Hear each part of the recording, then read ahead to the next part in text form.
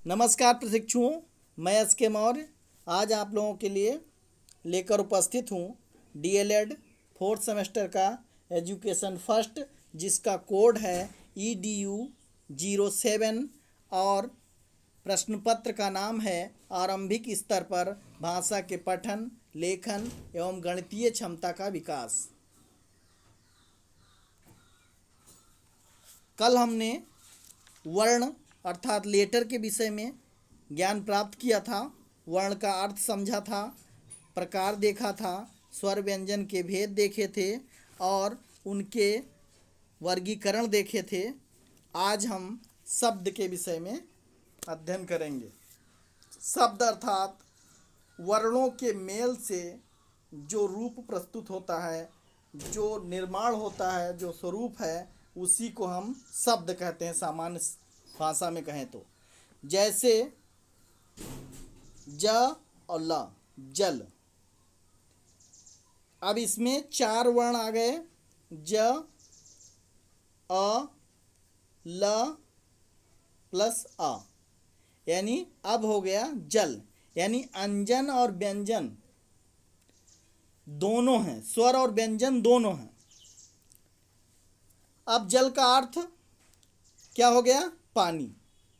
यानी कि जल हमने कहा तो जल को लिखा तो इतना 4 वर्ण आ गए, और यदि उसका अर्थ देखें या उसका प्रयोग देखें या उसका स्वरूप देखें तो पानी हमारे समक्ष उपस्थित हो गया।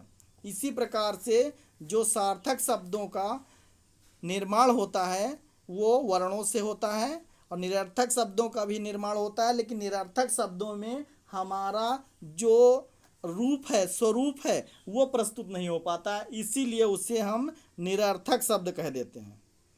जैसे पानी वानी बोलेंगे तो वानी का क्या रूप है? कोई रूप नहीं प्रस्तुत हो रहा। अब हम परिभाषा देखें तो बड़ी सरल परिभाषा है कि एक या एक से अधिक वर्ण या अक्षरों के मेल से बनी सार्थक ध्वनि समूह को शब्द कहते हैं। जैसे राम, लड़का, पानी, और कोई भी शब्द ले लीजिए, लेखन, पठन, बरगद, पीपल, कुछ भी ले लीजिए, नाम ले लीजिए।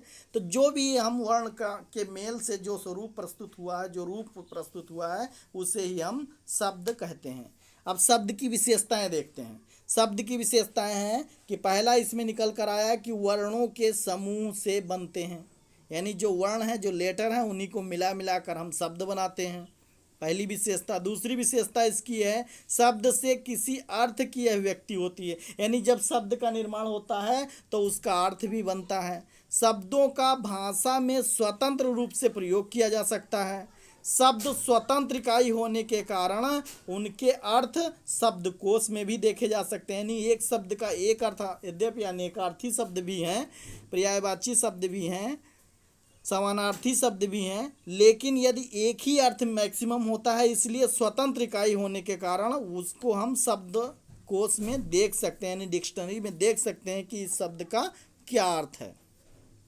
चौथी विशेषता इसकी है कि शब्दों का जब वाक्यों में प्रयोग किया जाता है तो ये निश्चित कार्य करते हैं, जिसके आधार पर इन्हें संज्ञा, सर्वनाम, क्रिया, विशेषण आदि के भागों में बांटते हैं। अब ये हमारी हो गई विशेषता। अब देखेंगे शब्द के भेद। शब्द के भेद करना है हमको तो कई आधार इसमें मानना पड़ेगा, तब हम शब्द के भेद कर पाएंगे। वैसे अर्थ के आधार पर, जैसे बनावट या रचना के आधार पर, कहाँ से निकले हुए हैं शब्द उसके आधार पर, प्रयोग या विकार के आधार पर, उत्पत्ति और इतिहास के आधार पर, उसका उस शब्द का जो हम देख रहे हैं उसकी उत्पत्ति कहाँ से, उसका इतिहास क्या है, उसके आधार पर शब्द के प्रकारों को या शब्द को हम वर्गीकृत कर सकते हैं। तो आइए हम देखते हैं पहला अर्थ के आधार पर। अर्थ के आधार पर शब्द के रूप जो हैं संयुक्त रूपग्राम और मिश्रित रूपग्राम।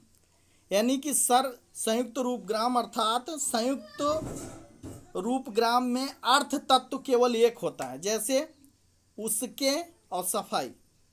यानी जो अर्थ का तत्व है वो एक ही है। सफाई बोलेंगे तो सफाई का मतलब सफाई से ही होगा, उसके अर्थात उसके से ही होगा। इसी को हम, इसमें एक अर्थ तत्व होता है, इसी को संयुक्त रूप ग्राम कहते हैं। ये रचना के आधार पर है। मिश्रित रूप ग्राम, सॉरी रचना नहीं, अर्थ के आधार पर।